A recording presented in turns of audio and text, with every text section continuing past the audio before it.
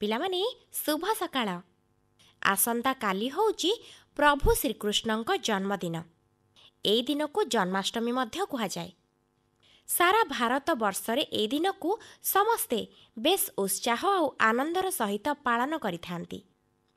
ଭାଦ୍ରବ ମାସ କୃଷ୍ଣପକ୍ଷ ଅଷ୍ଟମୀ ତିଥିର ମଧ୍ୟରାତ୍ରିରେ ଭଗବାନ ଶ୍ରୀକୃଷ୍ଣ ମଥୁରାର ରାଜା ମହାପ୍ରତାପୀ କଂସର ବନ୍ଦୀଶାଳରେ ଦେବକୀ ଆଉ ବସୁଦେବଙ୍କ କୋଳରେ ଜନ୍ମ ହୋଇଥିଲେ। ଶ୍ରୀକୃଷ୍ଣଙ୍କର ଜନ୍ମ ସେହି କ୍ରୂର ମହାପ୍ରତାପୀ କଂସକୁ ବଧ କରିବା ପାଇଁ ହୋଇଥିଲା। ହଁ ପିଲାଏ, ଯେତେବେଳେ ପୃଥିବୀ ପୃଷ୍ଠରେ ଅନ୍ୟାୟ, ଅତ୍ୟାଚାର, ଶୋଷଣ ବଢ଼ିଯାଏ, ତାର ବିନାଶ କରିବା ପାଇଁ ଭଗବାନ ନିଜେ ଯୁଗ ଯୁଗ ଧରି ମଣିଷ ରୂପରେ ଜନ୍ମ ନେଇଥାନ୍ତି।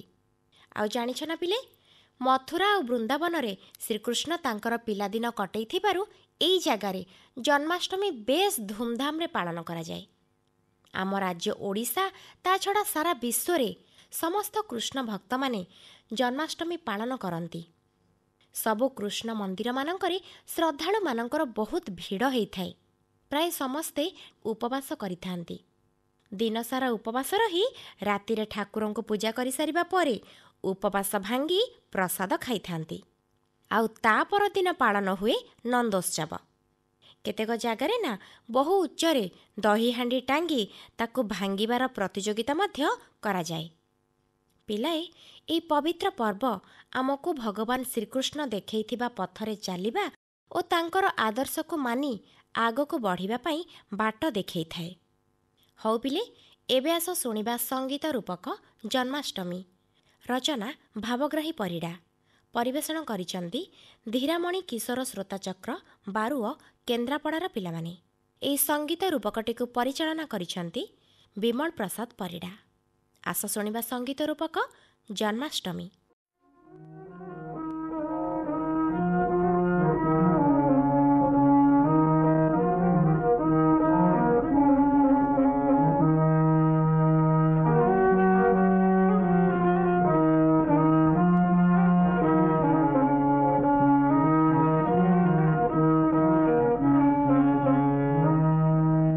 ପ୍ରକୃତି ରାଣୀ ଧରଣୀ ପୃଷ୍ଠରେ ତାର ଶୋଭା ସମ୍ଭାର ମେଲି ଦେଇଛି। ଚନ୍ଦ୍ର ରୋହିଣୀ ନକ୍ଷତ୍ରକୁ ଆସିଛନ୍ତି। ଦିଗ ବିଦିଗ ସ୍ୱଚ୍ଛ, ଆକାଶ ଓ ନଦୀ ଜଳ ନିର୍ମଳ। ଭ୍ରମରମାନେ ଗୁଣୁ ଗୁଣୁ ଗୀତ ଗାଉଛନ୍ତି। ବନ ଉପବନ ମାନଙ୍କରେ ନାନା ଜାତିର ଫୁଲ ଫୁଟି ସୁବାସ ବିତରଣ କରୁଛି। ଶୀତଳ ସୁଗନ୍ଧିତ ପବିତ୍ର ପବନ ଧୀରେ ଧୀରେ ବହୁଛି। ଧଳା ବଉଦର ପୋତମାନ ମାଳ ମାଳ ହୋଇ ଭାସି ଚାଲିଛି ନଭମଣ୍ଡଳର ସୌନ୍ଦର୍ଯ୍ୟ ବୃଦ୍ଧି କରି କେଉଁ ଅଜଣା ରାଜ୍ୟର ଅଭିମୁଖେ। ଏହି ଋତୁର ମୁଖ୍ୟ ପର୍ବ ଗହ୍ମାଝୁଲଣ ସରିଯାଇଛି। ନୂଆ କଳେବର ଧାରଣ କରି ଆସିଅଛି କୃଷ୍ଣ ପକ୍ଷର ଅଷ୍ଟମୀ। ଏହି ଦିନର ନାମ ଜନ୍ମାଷ୍ଟମୀ।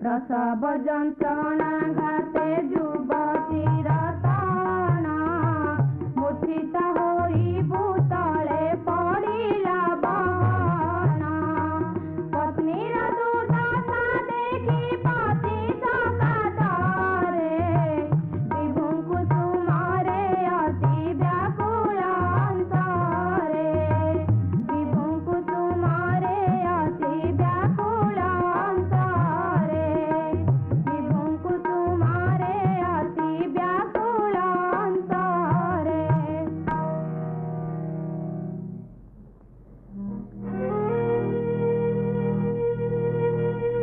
ଯେତେବେଳେ ଦୁର୍ନୀତି ଦୁର୍ବିଚାର ଏବଂ ଦୁର୍ବିଷ ଅତ୍ୟାଚାରରେ ମଣିଷ ଜର୍ଜରିତ ହୋଇ ବକ୍ଷଫଟା ଆର୍ତ୍ତନାଦ କରେ, ଠିକ୍ ସେତିକି ବେଳେ ଅଧର୍ମର ବିନାଶ ପାଇଁ ନର ବିଗ୍ରହରେ ନାରାୟଣ ଧରଣୀ ପୃଷ୍ଠକୁ ଓହ୍ଲାଇ ଆସନ୍ତି। ଭକ୍ତର ଭଗବାନ ଭୋଗବିଳାସୀ ମାନବ ତାଙ୍କୁ ଅଷ୍ଟୈଶ୍ୱର୍ଯ୍ୟରେ ବାନ୍ଧିପାରେ ନା। ଅନାବିଳ ଭକ୍ତି ହୃଦୟର ବ୍ୟାକୁଳତା ପ୍ରେମର ରଜ୍ଜୁରେ ସେ ଆପେ ଆପେ ବାନ୍ଧି ହୋଇଯାନ୍ତି। ସେହି ବନ୍ଦୀ ଗୃହର ରୁକ୍ଷ ବକ୍ଷକୁ ଦୋହଲାଇ ଦେଉଛି ନିରପରାଧ ପତି ପତ୍ନୀଙ୍କର ବିକଳ ଚିତ୍କାର। ନିବିଡ଼ ଘନ ଅନ୍ଧାର ଅଟେ ଏହି ବନ୍ଦୀ ଘର, ପରାଣ ମହୁଆ କି ଅସ୍ଥିର,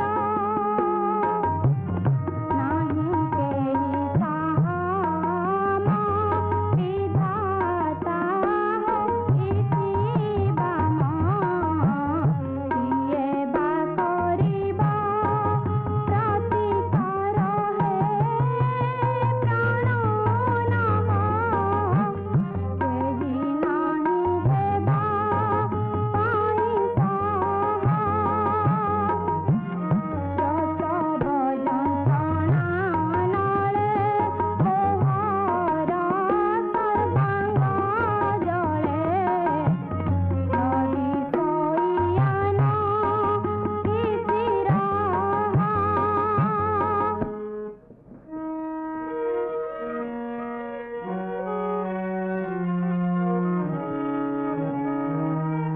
ଶୁଣରେ ଚନ୍ଦମୁଖୀ ତୋର ଦୁର୍ଦଶା ଦେଖି, କରିବାକୁ ନାହିଁ କିଛି ତାପତିକାର, କୋଳେ ବାଧରନ୍ତି କରି ହାତରେ ଲୌହଟି ପୁଡ଼ି, ଉପାୟ ନାହିଁ ତମର ରେ ଘୋଷାବର,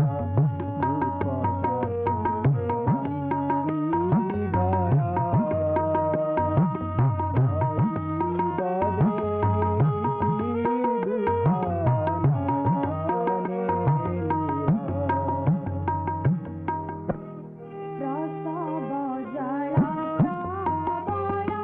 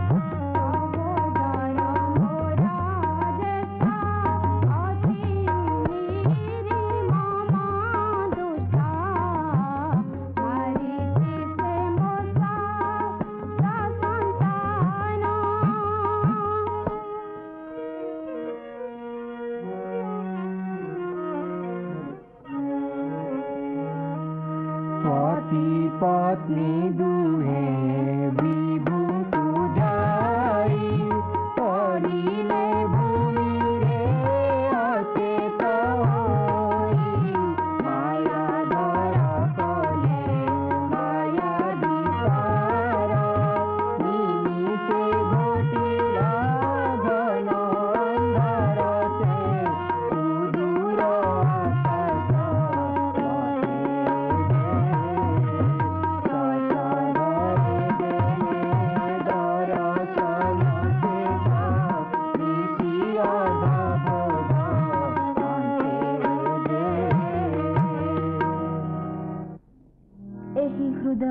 ଏକ ଦୃଶ୍ୟ ନିର୍ଜନ ନିବିଡ଼ ଅନ୍ଧକାରାଚ୍ଛନ୍ନ କାରାକକ୍ଷରେ ଦେଖିବ ବା କିଏ? ବନ୍ଦୀ ବନ୍ଦିନୀଙ୍କ ମର୍ମଫଟା ବିକଳ କ୍ରନ୍ଦନ ଶୁଣିବ ବା କିଏ? ଦେଖୁଥିଲେ ଶୁଣୁଥିଲେ ସେହି ଏକା ସର୍ବଶକ୍ତିମାନ ସର୍ବବ୍ୟାପକ ସର୍ବ ଅନ୍ତର୍ଯ୍ୟାମୀ ଜଗତ ଠାକୁର। ତାଙ୍କରି ହୃଦୟ ତନ୍ତ୍ରୀରେ ଘନ ଘନ ବାଜି ଉଠେ ଭକ୍ତର କରୁଣ ବିଳାପ। ସେ ଥୟ ହୋଇପାରନ୍ତି ନାହିଁ ଗୋଲକ ବୈକୁଣ୍ଠେ। ଆର୍ତ୍ତିର ଆର୍ତ୍ତ ହରଣ କରିବା ପାଇଁ ସେ ଓହ୍ଲାଇ ଆସନ୍ତି ଧରଣୀ ପୃଷ୍ଠକୁ।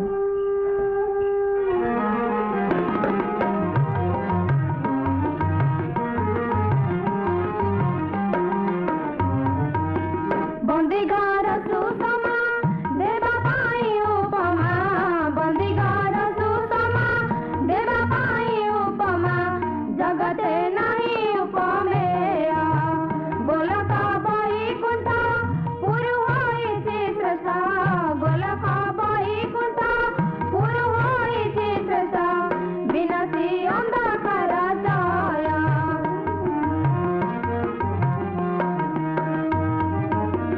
ଝଲସେ ଦିବ୍ୟାଲୋକ କୋଟି ଚନ୍ଦ୍ରମୟୁଖ, ଏକାଠି ହୋଇଛି କି ଠୁଳ। ଗଦାମ୍ବୁଜ ଶଙ୍ଖ ସୁଦର୍ଶନ ଚକ୍ର, ଗଦାମ୍ବୁଜ ଶଙ୍ଖ ସୁଦର୍ଶନ ଚକ୍ର, ଚତୁରଭୁଜ ଦିମୂଳ।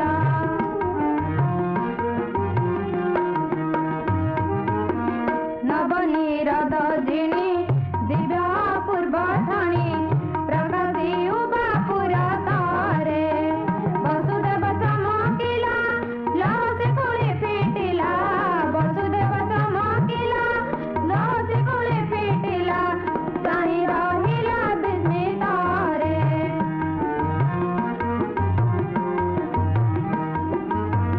କୋଟି ବାଳ ଅରୁଣ ଜିଣି ମୁଖ ଲାବଣ୍ୟ, କନରେ ମକର କୁଣ୍ଡଳ। ବକେ କୌତୁଭମଣି ଖଚିତ ରତ୍ନ ଶ୍ରେଣୀ, ବକେ କୌତୁଭମଣି ଖଚିତ ରତ୍ନ ଶ୍ରେଣୀ, ଗଳେ ଲମ୍ବିଛି ଫୁଲମାଳ, ଗଳେ ଲମ୍ବିଛି ଫୁଲମାଳ, ଗଳେ ଲମ୍ବିଛି ଫୁଲମାଳ।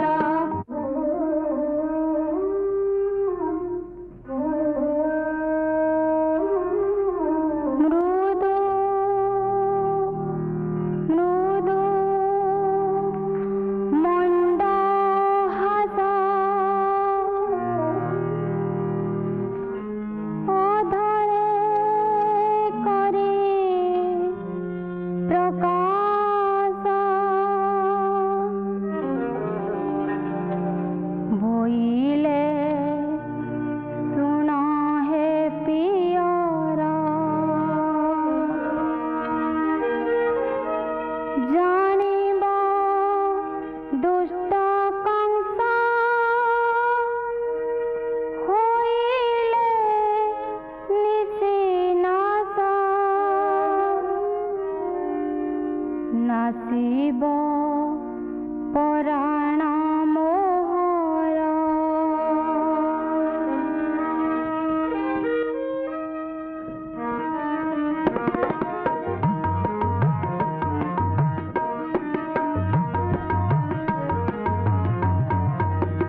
ମୁଠଗତା ଜନନୀ ଶୋଇଥାଉ ଅବନୀ, ଏ ଶୁଭ ବେଳେ ମୋତେ ନିଅ। ନେଇ ନାଗ ପାପୁରେ ନନ୍ଦରାଜ ନଗରେ, ଯଶୋଦା କୋଳେ ମୋତେ ଦିଅ।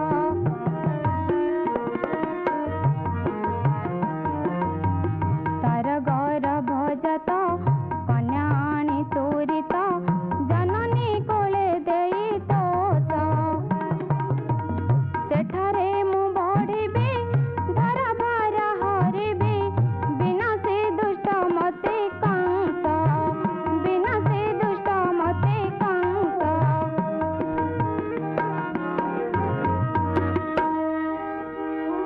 ଚତୁର୍ଭୁଜ ସ୍ୱରୂପ କ୍ଷଣକେ ହେଲା ଲୋପ, দ্বিভুজে ছোট শিশু পরি, মাতা কোলে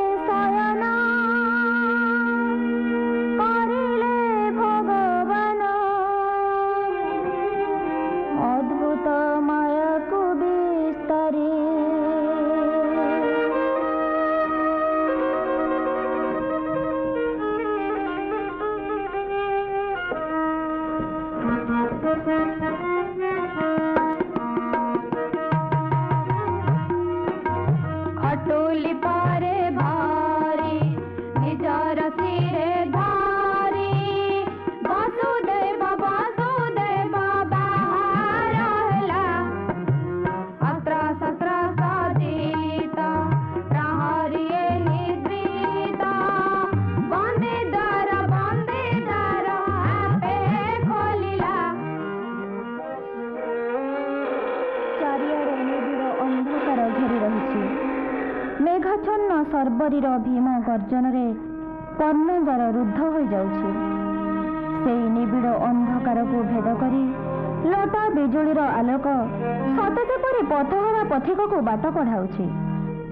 ସେହି ଦୀନବନ୍ଧୁ ଜଗତର ନାଥଙ୍କୁ ଏକାଗ୍ର ଚିତ୍ତରେ ଲୟ କରି ଗନ୍ତବ୍ୟ ପଥରେ ଆଗେଇ ଚାଲିଛି ବସୁଦେବ।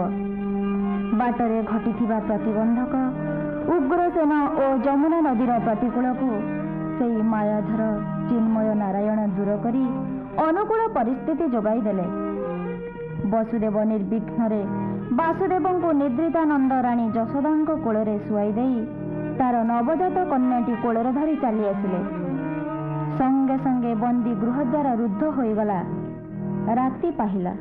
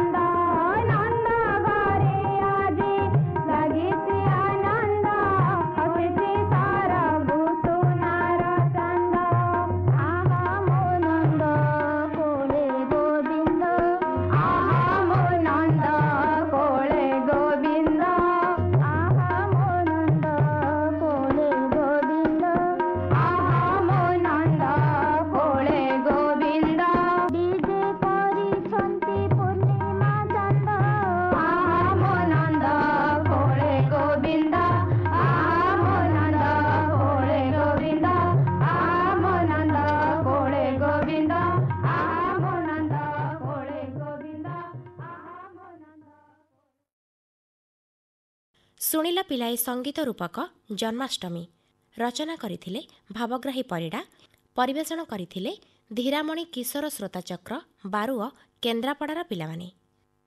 ଦେଖିଲଣି ଜଣେ କୁନି ଭଉଣୀ ଆସିକି ଆମ ପାଖରେ ପହଞ୍ଚିଗଲେଣି। ସେ କିଏ ଆସ ତାଙ୍କଠାରୁ ବୁଝିବା। ତମ ନାଁ କହିଦିଅ। ପ୍ରିୟାଂଶୀ ପାତ୍ର। ପ୍ରିୟାଂଶୀ, ତମେ କୋଉଠୁ ଆସିଛ? ସତ୍ୟବାର ଭୁବନେଶ୍ୱରରୁ। ହଁ, ତମ ଘରେ ସବୁ କିଏ କିଏ ଅଛନ୍ତି? ବାବା, ମାମା ଆଉ ମୁଁ। ତମେ 3 ଜଣ ଅଛ। ତମକୁ ଘରେ ମାମା ବାବା କ'ଣ ଡାକନ୍ତି? ଧନ। ତମେ ତାହେଲେ ଧନ। ଆମେ ବି ତମକୁ ଧନ ଡାକିବୁ? ନା। ଆଉ ଖାଲି ତମ ବାବା ମାମା ଡାକିବେ, ଆମେ ସବୁ ଡାକିବୁ ପ୍ରିୟାଂଶୀ। ଆଚ୍ଛା, ତମେ କୋଉ କ୍ଲାସରେ ପାଠ ପଢୁଛ ପ୍ରିୟାଂଶୀ? 2। ତମ ସ୍କୁଲ ନାଁ କ'ଣ? High tech public school. ତମର କ'ଣ କ'ଣ ସବୁ ସବଜେକ୍ଟ ଅଛି ସ୍କୁଲରେ? ପଢ଼ା ହୁଏ math, English, EVS, computer, GK.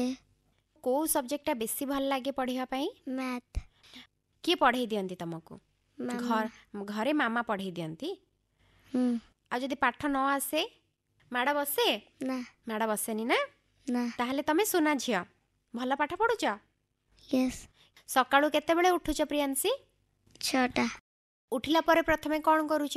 ଉଠିଲା ପରେ ମୁଁ ବ୍ରସ୍ କରୁଛି। ହୁଁ। ବ୍ରସ୍ କରୁଛି ଆଉ ଏକ୍ସରସାଇଜ କରୁଛି। କେମିତି ବ୍ରସ୍ କରୁଛ ଦେଖିଲ ଟିକେ ମୋତେ? ଏମିତି କରୁଛି।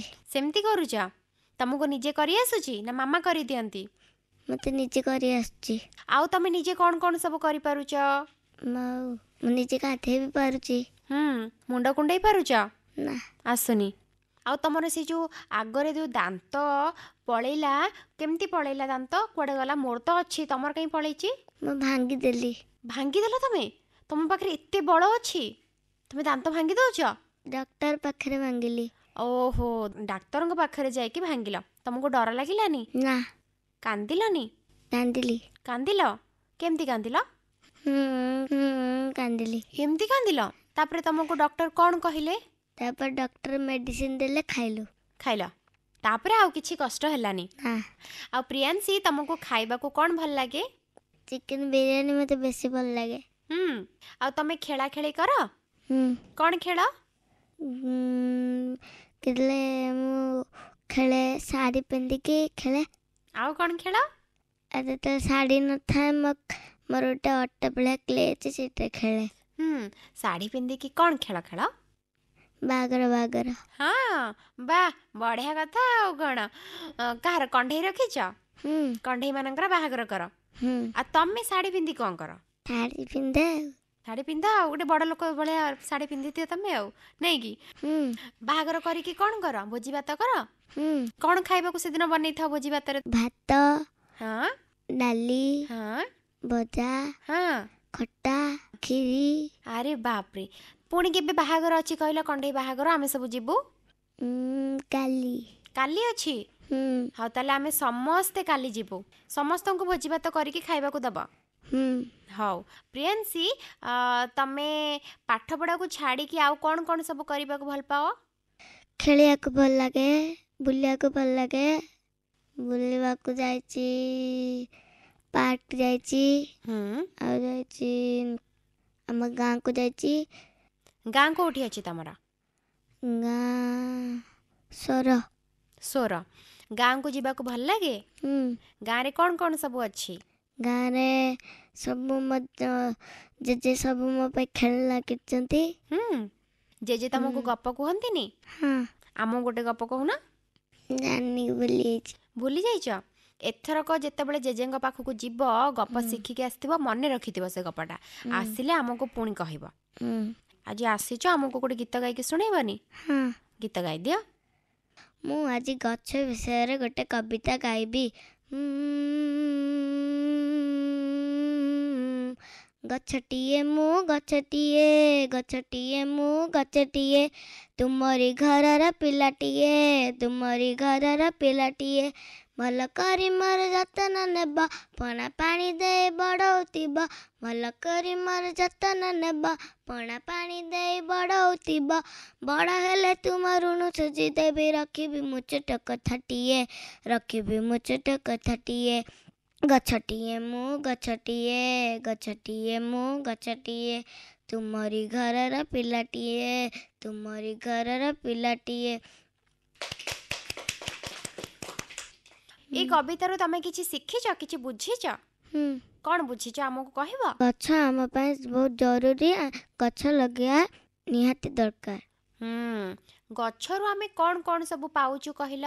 ଗଛରେ ଆମେ ଫୁଲ ଆଉ ଭେଜିଟେବଲ୍ ଆଉ ଫ୍ରୁଟ୍ସ। ତମେ ଛୋଟିଆଟେ ଅଛ, ତମେ ବି ଛୋଟ ଗଛଟେ ଲଗେଇବ ହେଲା। ତମେ ଯେତେବେଳେ ତମ ସାଙ୍ଗମାନଙ୍କ ଜନ୍ମଦିନରେ ଯାଉଥିବ, ତମେ ଗିଫ୍ଟ ନେଇକି ଯାଉଥିବ ତମ ସାଙ୍ଗ ପାଇଁ, ତମେ ଗୋଟେ ଛୋଟ ଗଛଟେ ଗିଫ୍ଟ କରିବ। ତମ ସାଙ୍ଗକୁ କହିବ କି ଏ ଗଛଟା ନେ, ମୁଁ ଦେଲି, ଆଉ ଏଟାକୁ ଲଗେଇକି ତାର ଯତ୍ନ ନେବାକୁ। ତମର ପ୍ରତିବର୍ଷ ଜନ୍ମଦିନରେ ସେ ଗଛ କେତେ ବଢିବ ତାଙ୍କୁ କହିବ ଦେଖିବା ପାଇଁକି ହେଲା। ଏମିତି ହେଲେ ତମେ ବହୁତ ସାରା ତମ ସାଙ୍ଗମାନଙ୍କୁ ଗଛ ଦବ, ସେମାନେ ସମସ୍ତେ ଗୋଟେ ଗୋଟେ ଗଛ ଲଗେଇବେ।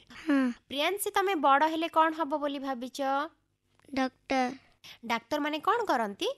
ଡକ୍ଟର ମାନେ ରୋଗୀମାନଙ୍କୁ ଠିକ୍ କରନ୍ତି। ରୋଗୀମାନଙ୍କୁ ଠିକ୍ କରନ୍ତି। ହଉ ପ୍ରିୟାଂଶୀ, ତମେ ଆଜି ଆସିଲ, ଆମକୁ ଗୋଟେ ବଢ଼ିଆ ଗଛ ଉପରେ ଗୋଟେ କବିତାଟେ ଗାଇକି ଶୁଣେଇଲ, ଆମ ସମସ୍ତଙ୍କୁ ଭଲ ଲାଗିଲା। ଆଉ ତମକୁ ବହୁତ ବହୁତ ଧନ୍ୟବାଦ। Thank you. ହଉ ପିଲେ, ପବିତ୍ର ଜନ୍ମାଷ୍ଟମୀ ପର୍ବର ଶୁଭକାମନା ଜଣାଇ ଆଜିର ଶିଶୁ ସଂସାରକୁ ଏଇଠି ରଖି ଉଠୁଛୁ।